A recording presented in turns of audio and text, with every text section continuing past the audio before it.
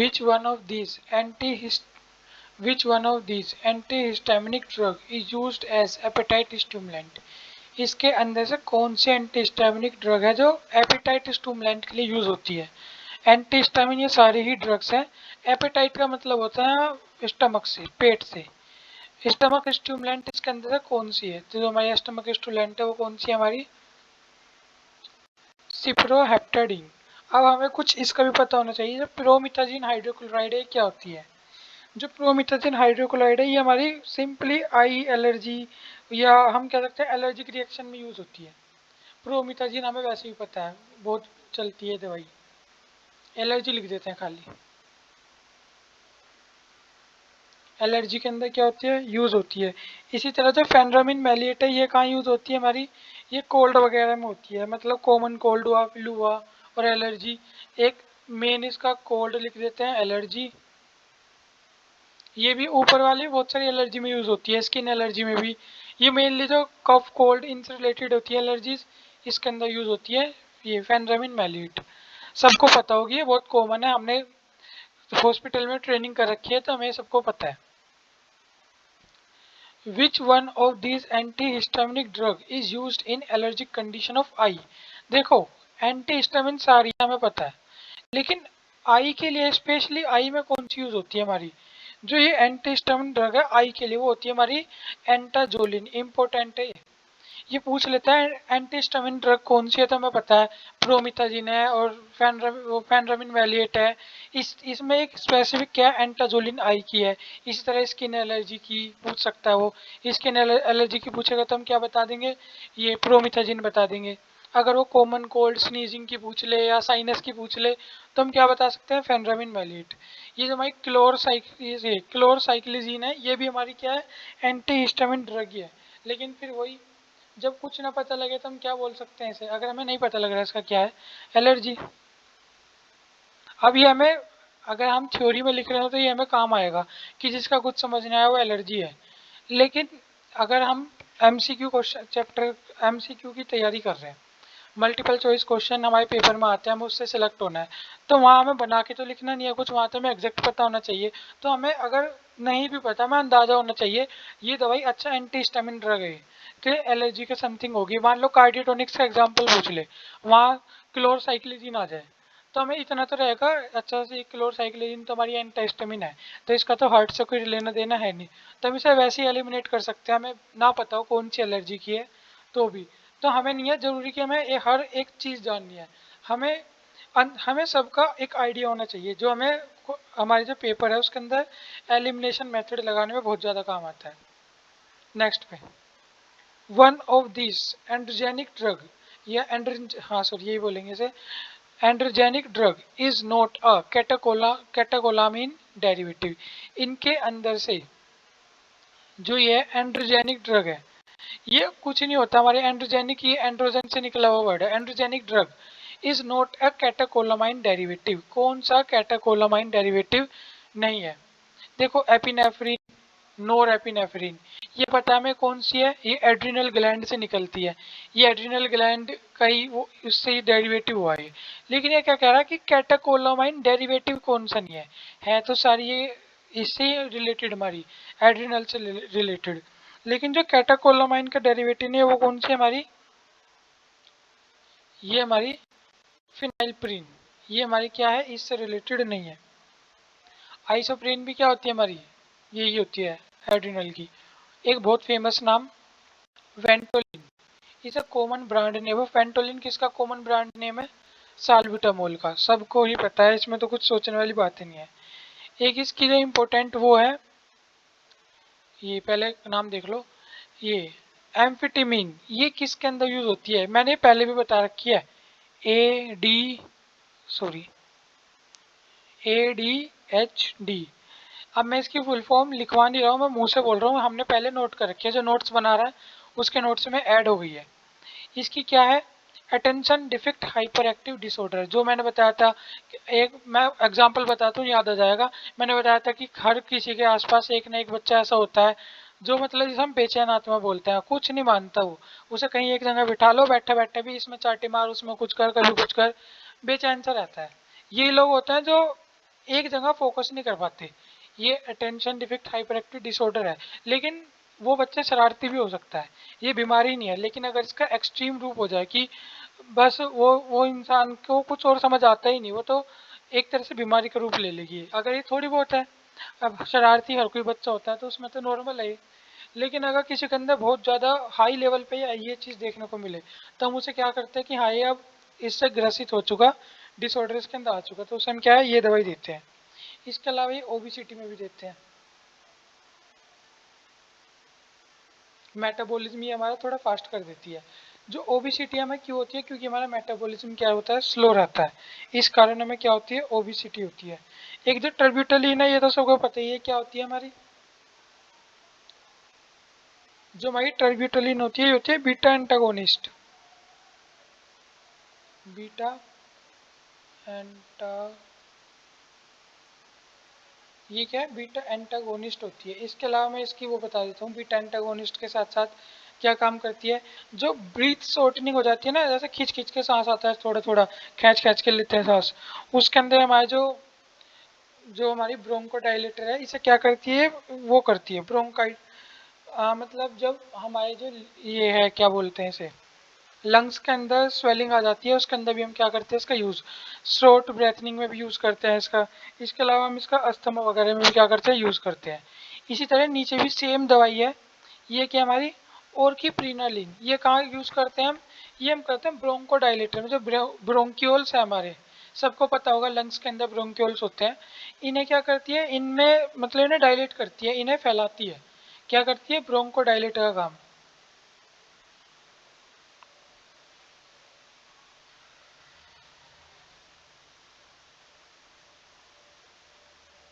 Bronco dilator का काम क्या कर दिया इसने। नेक्स्ट क्वेश्चन,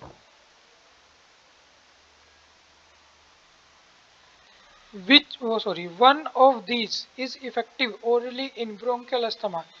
ब्रोंकियल अस्थमा में ओरली कौन सी दवाई है जो इफेक्टिव होती है या जो दी जाती है, वो कौन सी होती है हमारी, आइसोप्रीनालिन। एड्रेनलिन, नॉन एड्रेनलिन सबको पता है, हार्मोन है, उससे निकली डेरिव ये हार्मोन्स है, और इनकी मेडिसिन भी आती है। हमारी किडनी के ऊपर जो हमारी किडनी के ऊपर जो हार्मोन होता है, एड्रिनल ग्लैंड होती है, इससे निकलता है हार्मोन एड्रिनलिन, नोर एड्रिनलिन।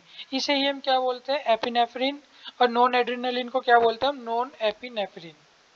अब जो है ये जो ये ऊपर जो है यही नाम है, आइसोप्रीनालिन। ये क्या है, एक अल्फा रिसेप्टर एगोनिस्ट है, बीटा रिसेप्टर एगोनिस्ट है, ये अल्फा और बीटा रिसेप्टर एगोनिस्ट है।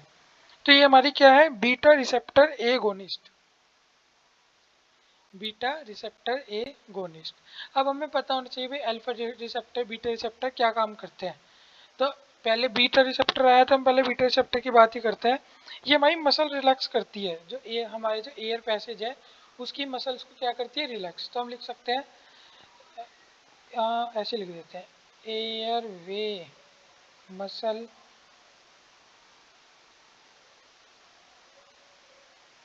यहाँ से समझ जाना, एयर वे की मसल्स को क्या करती है, रिलैक्स करती है। अब ये जो हमारी अल्फा एंटागोनिस्ट है, ये भी कुछ करती है, हाँ ये भी करती है। ये हमारी स्मूथ कॉन्ट्रैक्शन में हेल्प करती है। हम इसे क्या बोलते थे, एक शॉर्ट टर्म में इनका नाम होता है, जो भी कॉन्ट्रैक्शन में हेल्प करे। वैसो कॉन्स्ट्रिक्टर, दो वर्ड होते हैं, वैसो डायलेटर और वैसो कॉन्स्ट्रिक्टर। तो ये क्या कॉन्स्ट्रिक्शन में हेल्प करती है, तो हम इसे क्या कहते हैं, ये वैसो कॉन्स्ट्रिक्शन है में हेल्प करती है, वेसो कॉन्स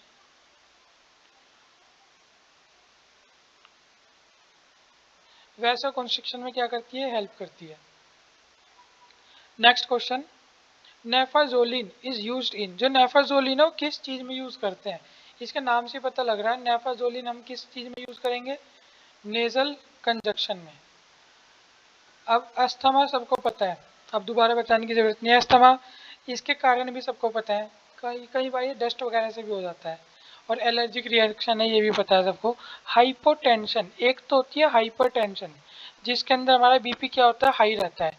लेकिन हाइपोटेंशन क्या होती है, जिसके अंदर हमारा बीपी क्या होगा, लो होगा, कम। ठीक है, अब अगले क्वेश्चन पे चलते हैं।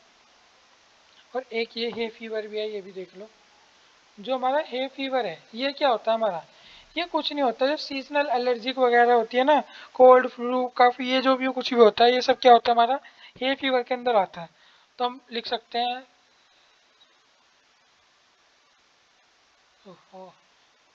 SEASONAL। ये क्या होते हैं? सीजनल एलर्जीज होती हैं। सीजनल एलर्जी होती है, ये पोलन से भी हो सकती है। पोलन पता होगा सबका, पोलन ग्रेन वाला पोलन।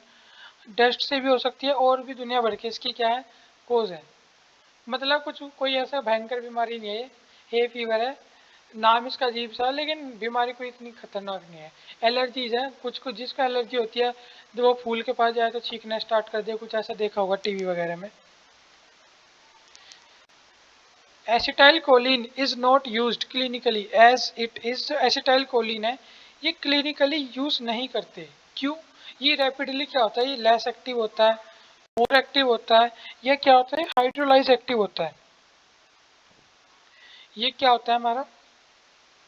ये होता है हमारा हाइड्रोलाइज रैपिडली। हाइड्रोलाइज रैपिडली का मतलब क्या है? ये ब्रेक डाउन हो जाता है वाटर के अंदर केमिकल रिएक्शन के द्वारा बहुत जल्दी, इसलिए हम इसे क्या बोलते हैं? Hydrolyse rapidly. वर्ड में दिख रहा है हाइड्रोलाइज मतलब break down into water by chemical change, या केमिकल रिएक्शन के द्वारा के वाटर के अंदर क्या हो जाता है? टूट जाता है या कन्वर्ट हो जाता है। हाँ, ये इस साइड का लास्ट है। Naturally occurring alkaloid used in the treatment of glaucoma. जो नेचुरली अकरिंग एल्कोलॉइड है, ये ग्लूकोमा के ट्रीटमेंट में यूज होता है। कौन सा? ये इसके अंदर एल्कोलॉइड तो बहुत सारे हैं, अब इसके अंदर ग्लूकोमा के अंदर कौन सा यूज होगा हमारा? पिलोकार्पिन। देखा होगा आई, बहुत सारी जो आई मेडिसिन होती है उसके ऊपर पिलोकार्पिन आपने लिखा हुआ देखा होगा। और अगर अभी तक नहीं देखा तो आगे जब भी कभी मेडिसिन देखो उसके एक बार कंस्टिट्यूएंट्स हमेशा देखने चाहिए, तो आपको बहुत सी चीज़ वैसी याद रह जाएंगी। जैसे ये इसे ले लेते हैं, जो हमारा नियोस्टिगमिन है, ये हमारा कहाँ यूज होता है? ये मिस्थेनिया ग्रेविस में। ये पता होगा सबको बीमारी, मतलब इस बीमारी का नाम सबको पता होगा, लेकिन जो जहाँ तक मुझे लगता है इसके की डिटेल नहीं पता होगी। याद तो रहता है मिस्थेनिया ग्रेविस कोई बीमारी है, लेकिन क्या है ये ध्यान नहीं रहता। तो मैं बड़ी शॉर्ट में लिख देता हूँ कि जो मिस्थेनिया ग्रेविस है इसके अंदर क्या है?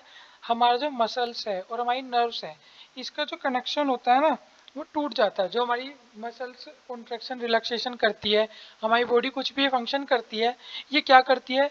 यहाँ से हमारी जो मसल्स में नर्वस सिस्टम होता है, ये सीधा हमारी स्पाइनल कॉर्ड और ब्रेन तक जाता है। सेंसरी जो न्यूरॉन्स है सिग्नल लेके ब्रेन तक जाती है, वहाँ से मोटर न्यूरॉन आती है। इनके बीच का जो कनेक्शन है वही कट हो जाता है, या स्लो पड़ जाता है, या कनेक्शन वीक हो जाता है, कुछ भी। तो मैं शॉर्ट फॉर्म में लिख देता हूँ, मैं भी ज़्यादा हाई फाई नहीं लिख रहा। मैं क्या लिख सकता हूँ? Muscle neuron connection cut. बाकी आप समझ लेना, हमने पढ़ तो लिया, अब हमें बस हिंट के लिए तो लिखना है। Muscle neuron.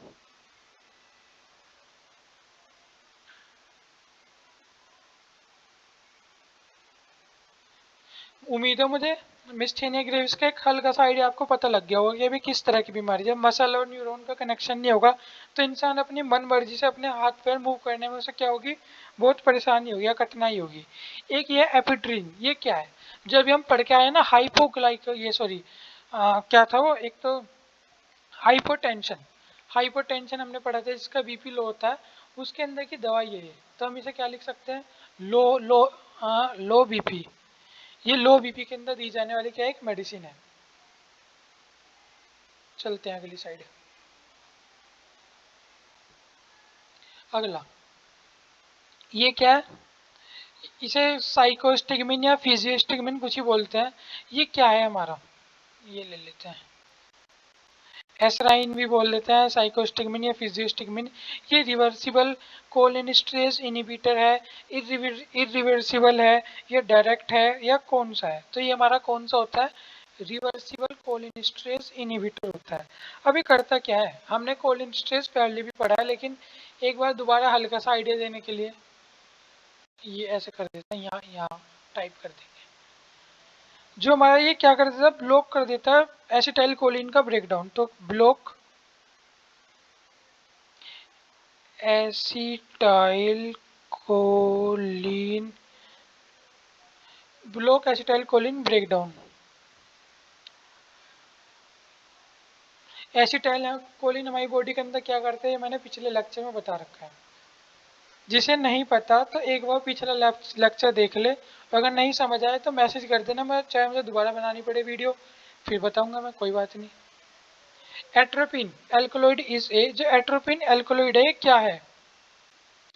ये लिवो आइसोमर है, डेक्स्ट्रो आइसोमर्स है, रेसिमिक आइसोमर है। ये है रेसिमिक आइसोमर्स। इसके अंदर क्या होता है? इसके अंदर कॉम्बिनेशन होता है इन दोनों का, लिवो का भी और किसका, डेक्स्ट्रो का भी, इक्वल अमाउंट में प्रेजेंट होता है। इसे क्या बोलते हैं हम? Racemic isomers. और ये यूज किस में होते हैं? ये मतलब जो कफ सिरप वगैरह में यूज होते हैं, एट्रोपिन वगैरह, जैसे एंटीटसिव जो मेडिसिन होती है उसके अंदर। एंटीटसिव समझते होंगे सब, जो सिंपल भाषा में धसका बोल देते हैं इसे, ऐसी इस तरह की खांसी वगैरह में दी जाती है ये। हायोसिन, ओहो ज्यादा लंबा खींचिए। हायोसिन है जो हमारा, scopolamine differ structurally from atropine. जो हायोसिन है एट्रोपिन से स्ट्रक्चरली डिफर है। क्यों? Hyoscine is not ester. जो हायोसिन है कोई एस्टर नहीं है, नहीं ऐसी बात तो नहीं है। Hyoscine is ester of different alcohol and tropic acid. Ester different alcohol और ट्रोपिक एसिड का। या हायोसिन पोजेस, ये क्या है हमारा, हाँ ये hyoscine possess epoxide linkage between carbon 6 and 7। हाँ इसी में अंतर है इसका, बाकी सेम सेम सी होते हैं। इनके जो हाइड्रोजन पोजेस है ये एपोक्साइड लिंकेज करता है किसके अंदर, कार्बन 6 और 7 में। अगले क्वेश्चन, हायोसिन। हायोसिन सबको पता होगा, hyoscine butyl bromide abdominal cramp या पेन में दी जाती है। Hyoscine is used with one of this product. इनके अंदर से किस प्रोडक्ट के साथ दी जाती है जिससे क्या करती है, Twilight sleep in obstructive practice या ऑब्स्ट्रेटिकल प्रैक्टिस के अंदर, कुछ नहीं, ये हम बोल सकते हैं पार्चुरेशन।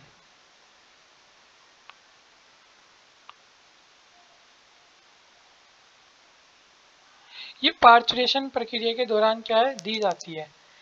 क्या हमारी हायोसिन के साथ एक ड्रग, उस ड्रग का नाम क्या होता है हमारा, इस ड्रग का नाम होता है पैटिडिन।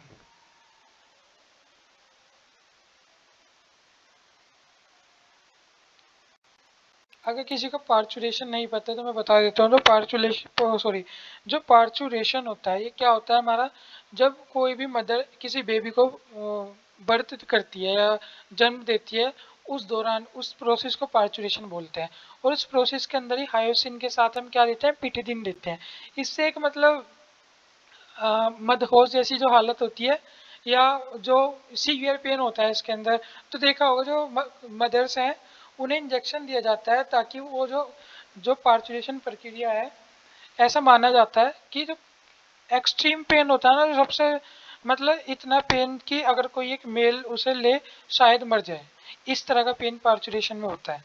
तो उस पेन से थोड़ी सी निजात दिलाने के लिए उन्हें मदर्स को क्या दी जाती है, इंजेक्शन या इनकी मेडिसिन दी जाती है ताकि थोड़ा वो हो। बाकी दो ऑप्शन पढ़ लेते हैं। ये क्लोफ्रोमाजीन हमें पता है, हम पहले ही पढ़ के आ चुके हैं एलर्जी वगैरह के लिए। और डाइजाबाम क्या होती है, माइंड की दवाई होती है, मतलब हमारे नर्वस सिस्टम की दवाई होती है। इसे क्या करती है, शांत। डाइजाबाम का हम आगे भी पढ़ेंगे और इसका तो नाम आते रहेगा। अभी फिलहाल हम क्या याद रख सकते हैं, डाइजाबाम क्या है, एंटी कन्वल्जेंट ड्रग्स है, या कुछ भी ध्यान नहीं रहा हमारे माइंड से रिलेटेड ड्रग्स है, अभी इतना याद कर लो, इतना भी सफिशिएंट है हमारे लिए। Cardiac glycoside possess basic.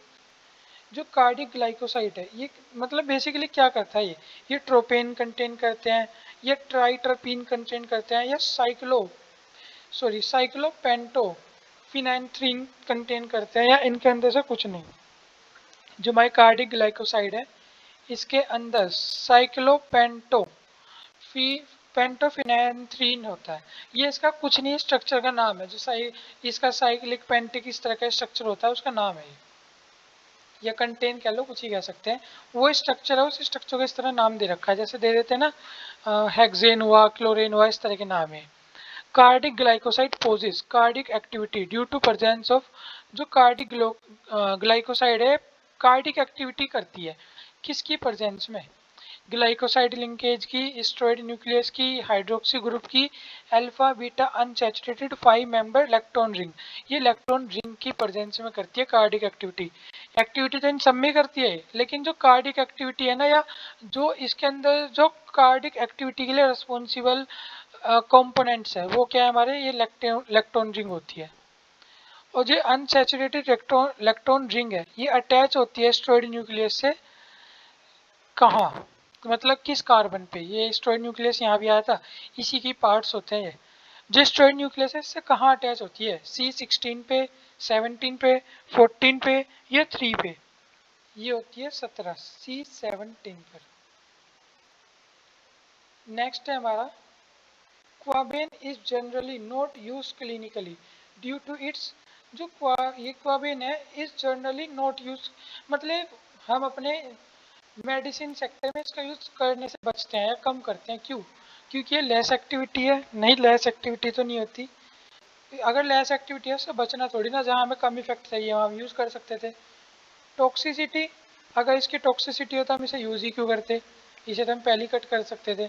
ये क्या करती है, इसका अब्जॉर्प्शन होता है वो प्रॉपर नहीं हो पाता, इरेगुलर अब्जॉर्प्शन होता है। कई सारे जो हमारे प्रोडक्ट्स हैं जो हम खाते हैं, इनके साथ रिएक्शन करके इसकी जो थेरेपेटिक इफेक्ट है वो भी कई कई बार होता है। कभी मतलब हम गैस नहीं कर सकते, अगर हमने 500 mg कोई मेडिसिन दी, ये थेरेपेटिक वैल्यू भी प्रोड्यूस कर पाएगी या नहीं। या किसी को 500 mg, हमने किसी एक इंसान को, एक मैन को 500 mg की कोई मेडिसिन दी, उसके अंदर प्रॉपर फंक्शन किया। सेम गोली हमने किसी इंसान को दी, उसमें फंक्शन ही नहीं किया, मतलब इतनी भी वैल्यू जनरेट नहीं करी कि उसका अपना इफेक्ट दिखा सके। सेम 500 mg हमने थर्ड इंसान को दी, उसे इतनी ज़्यादा कर दी कि उसे टॉक्सिसिटी के लेवल पे ले गई, या उसके अंदर मतलब बहुत ज़्यादा एडवर्स रिएक्शन आने लगी। तो इसका अब्जॉर्प्शन का कोई मतलब इरेगुलर अब्जॉर्प्शन हो रहा है और कहीं पे इफेक्ट ही नहीं करती। ये कारण है जिसकी वजह से हम इसे बचते हैं, इसे नहीं यूज़ करते। बस आज के लास्ट क्वेश्चन था, अगला हम अगली क्लास में करेंगे। और मैं फिर एक बार थैंक यू कहना चाहता हूँ, जो मुझे अच्छे अच्छे कमेंट मिले, मुझे पढ़ के उनसे बहुत खुशी हुई। और कोई भी चीज़ होगी, आप मुझे अगर कोई सलाह देनी हो तो आप मुझे कमेंट करके बता सकते हैं। और हाँ, जो मुझे मतलब कहीं उन्होंने, मतलब मेरे बहुत सारे भाई बहनों ने मुझे कहा है कि थोड़ी वीडियो ज़्यादा बनाओ क्योंकि पेपर पास आ रहा है। तो मैं धीरे धीरे वीडियो की इंटेंसिटी बढ़ाता रहूँगा। जैसे अब मेरी कोशिश है कि मैं हर दिन 6 to 7 वीडियो डाल रहा हूँ। अब मेरी कोशिश रहेगी कि मैं इसे बढ़ाता रहूँ ताकि हम फटाफट अपना कोर्स करें और थोड़ा रिवीजन भी करेंगे। अभी भी रिवीजन ही चल रहा है, हम थ्योरी तो नहीं पढ़ रहे। हम थ्योरी पढ़ते हैं इसकी, लेकिन हमारे पास इतना टाइम नहीं है अभी, इसलिए मैंने थ्योरी नहीं पढ़ाई। इसके बाद जो DSSB का पेपर आएगा, मैं बता दूँ, ये इसके बाद हमारा DSSSB का पेपर भी आएगा, और उसके अंदर हम थ्योरी भी पढ़ेंगे साथ में इसकी, और क्वेश्चंस भी करेंगे। तो फिलहाल तो हम इनके क्वेश्चन करेंगे, हम 1% ऐसा नहीं छोड़ने के कि हम ये नहीं कर पाए इसलिए हमारा ये सिलेक्शन होने से रह गया। जितनी हमारे पास पूरी कोशिश, अपनी पूरी मेहनत करेंगे। हमारे हाथ में सिर्फ मेहनत करना है, कर्म करना हमारे हाथ में है। तो हम अपना जो भी हमसे हो पाएगा, जितना हो पाएगा मैक्सिमम करेंगे, और उसके बाद जो होगा वो तो होएगा ही, उसे तो हम कुछ कर ही नहीं सकते। अपनी तरफ से फुल कोशिश करेंगे और पेपर से पहले कोर्स ख़त्म करेंगे। Thank you. जय हिंद।